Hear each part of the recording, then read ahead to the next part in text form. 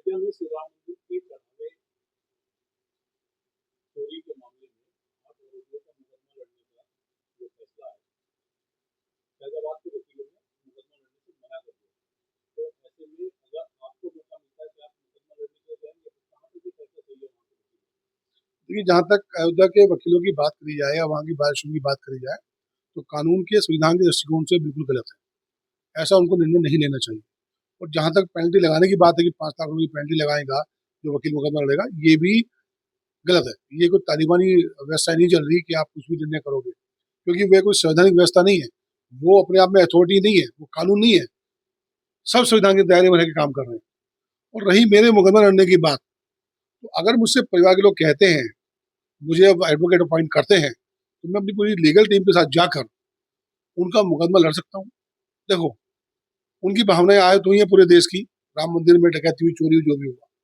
चाहिए ये उनको अधिवक्ताओं को कि ट्रायल वहां होने दें, ट्रायल फास्ट ट्रैक कोर्ट में कराएं और जल्द से जल्द इसमें सजा के लिए कोशिश करें, होना ही चाहिए। ले,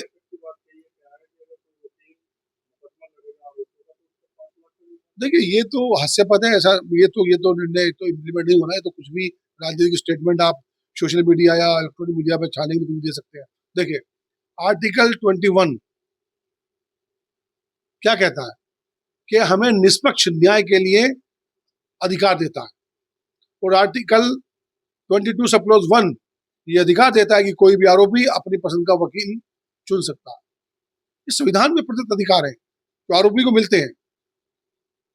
यहां तक भी प्रावधान है कि अगर कोई वकील नहीं मिलता है तो सरकार आरोपी को निःशुल्क अधिवक्ता उपलब्ध कराए, ये भी अधिकार मिला हुआ है। और ऐसा प्रतीत होता है आरोपी को, अभियुक्त को, कि उस जिले में उसे न्याय नहीं मिलेगा या कोई अधिवक्ता उसका चुनाव, उसका जो है मुकदमा नहीं लड़ रहा है, और ये ऐसा प्रस्ताव पारित हो चुका है, तो वो 447 BNSS के अंतर्गत हाईकोर्ट में एप्लीकेशन मूव कर सकता है। यहाँ समझाना होगा, बताना होगा, स्थापित करना होगा कि उसको न्याय नहीं मिल रहा है, उसकी सुनवाई नहीं हो रही है, अन्य जनपद में उसका मुकदमा ट्रांसफर कर दिया जाए।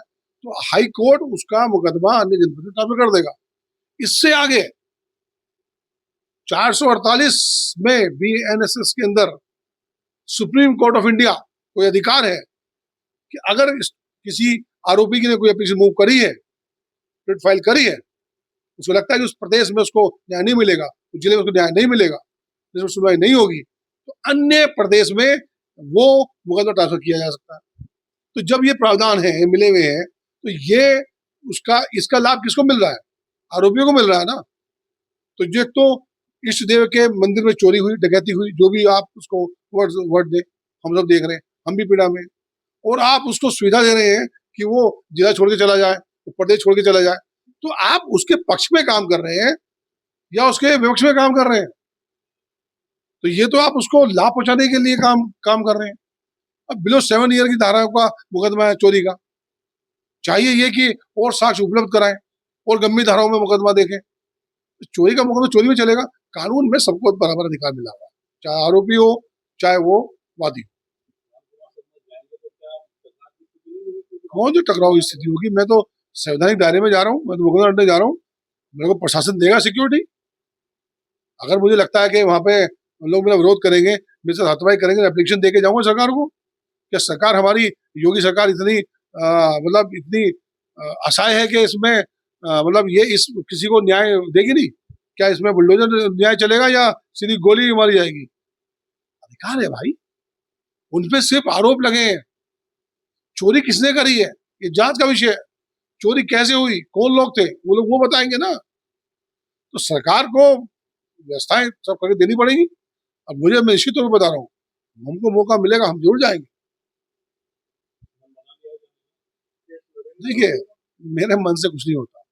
मैं तो कह रहा हूँ कि मैं जाऊं, मैं मुकदमा लड़ूं और न्याय की लड़ाई जहां पर जो भी हो, न्याय है, न्याय की जो प्रक्रिया है वो तो कोर्ट देखती है उसको। लेकिन मुझे अगर वकील अपॉइंट करेंगे तो मैं जाऊंगा ना, प्रॉब्लम क्या है? इसमें आपत्ति कैसे हो सकती है? हम लोग सोशल वर्कर नहीं है, हम न्याय के प्रेरक नहीं है, हम लोग राजनीतिक पार्टियां नहीं है, हम लोग न्याय के लिए लड़ते हैं। और न्याय, सही और गलत, सत्य असत्य, पत्रावली पर उपलब्ध साक्ष्यों के आधार पर न्यायालय करता है। हमें कोई अधिकार नहीं उसको किसी को आरोपी या निरारोपी कहने का।